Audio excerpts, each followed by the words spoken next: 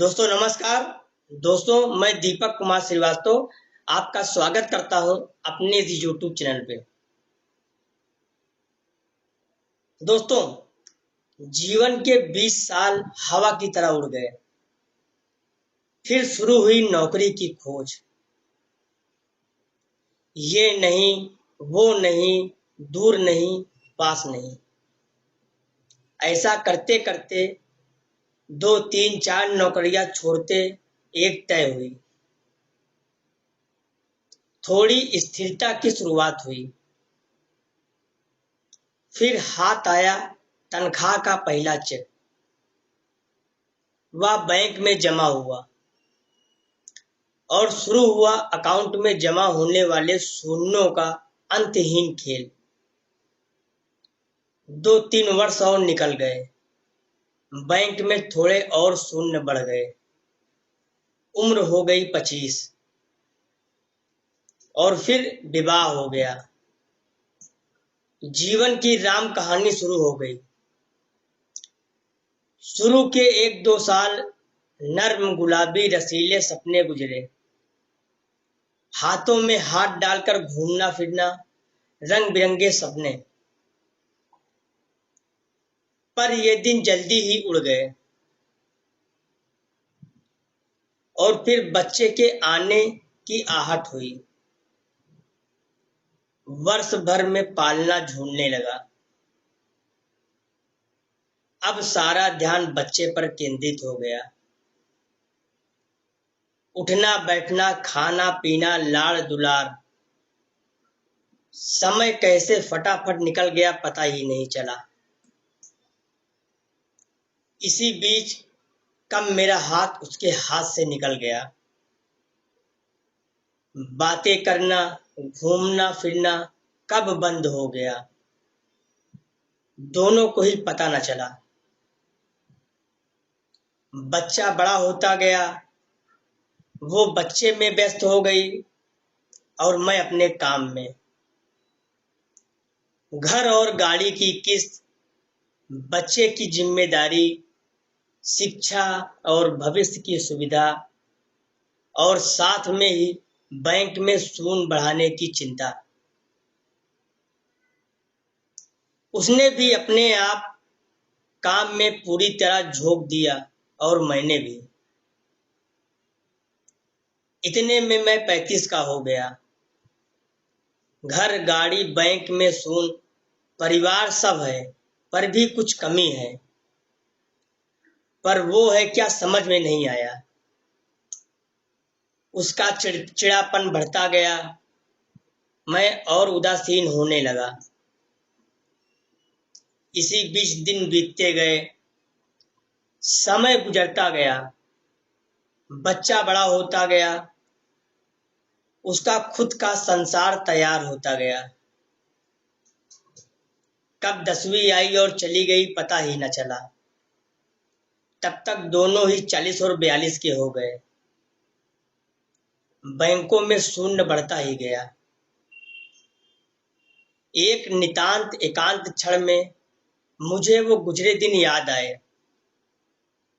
और मौका देखकर उससे कहा, अरे जरा यहाँ आओ, पास बैठो, चलो हाथ में हाथ डालकर कहीं घूम कर आते हैं। उसने भी अजीब नजरों से मुझे देखा और कहा कि तुम्हें कुछ भी सूझता है? यहाँ ढेर सारा काम पड़ा है और तुम्हें बातों की सूझ रही है। कमर में पल्लू खोस के वो निकल गई। तो फिर आया 35वां साल। आंखों पर चश्मा लग गया। बाल काला रंग छोड़ने लगे। दिमाग में कुछ उलझने शुरू हो गई। बेटा उधर कॉलेज में था, इधर बैंक में शून्य बढ़ रहे थे। देखते ही देखता उसका कॉलेज खत्म। वह अपने पैरों पे खड़ा हो गया। उसके भी पंख फूटे और उड़ गया परदेश। उसके बालों का काला रंग भी उड़ने लगा। कभी कभी दिमाग साथ छोड़ने लगा। उसे चश्मा भी लग गया। मैं खुद बूढ़ा हो गया, वो भी उम्र दराज लगने लगी। दोनों 55 में 60 की ओर बढ़ने लगे। बैंकों के शून्यों की कोई खबर नहीं रही। बाहर आने जाने के कार्यक्रम बंद होने लगे। अब तो गोली दवाइयों के दिन और समय निश्चित होने लगे। बच्चे बड़े होंगे, तब हम सब साथ रहेंगे, सोच कर लिया गया। अब घर बोझ लगने लगा। बच्चे कब वापस आएंगे, यही सोचते सोचते बाकी के दिन गुजरने लगे। एक दिन यूं ही सोफे पे बैठा ठंडी हवा का आनंद ले रहा था। वो दिया बाती कर रही थी, तभी फोन की घंटी बजी। लपक के फोन उठाया। दूसरी तरफ से बेटा था, जिसने कहा कि उसने शादी कर ली और अब वह परदेश में ही रहेगा।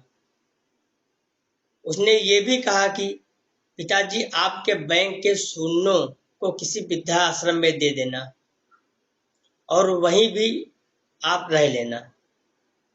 कुछ और औपचारिक बातें कर बेटे ने फोन रख दिया। मैं पुनः सोफे पर आकर बैठ गया।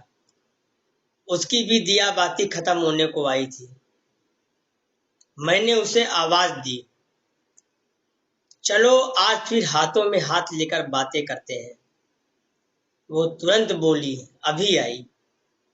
मुझे विश्वास नहीं हुआ। चेहरा खुशी से चमक उठा, आंखें भर आई, आंखों से आंसू गिरने लगे और गाल भीग गए। अचानक आंखों की चमक फीकी पड़ गई और मैं निस्तेज हो गया, हमेशा के लिए। उसने शेष पूजा की और मेरे पास आके बैठ गई। बोलो क्या बात है, क्या बोल रहे थे? लेकिन मैंने कुछ नहीं कहा। उसने मेरे शरीर को छू कर देखा, जो शरीर बिल्कुल ठंडा पड़ गया था। मैं उसकी ओर एकटक देख रहा था। क्षण भर को वो भी शून्य हो गई। क्या करूं? उसे कुछ समझ में नहीं आया, लेकिन 1 मिनट में वो भी चैतन्य हो गई। धीरे से उठी, पूजा घर में गई, एक अगरबत्ती की, ईश्वर को प्रणाम किया और फिर आके सोफे पे बैठ गई। मेरा ठंडा हाथ अपने हाथों में लिया और बोली, चलो कहाँ घूमने चलना है तुम्हें? तुम्हें क्या बातें करनी है मुझसे? बोलो। ऐसा कहते हुए उसकी आंखें भर आई। वो एकटक मुझे देखती रही। आंखों से अश्रुधारा बह निकली। मेरा सर उसके कंधों पर गया। ठंडी हवा का झोंका अब भी चल रहा था। क्या ये ही है जिंदगी?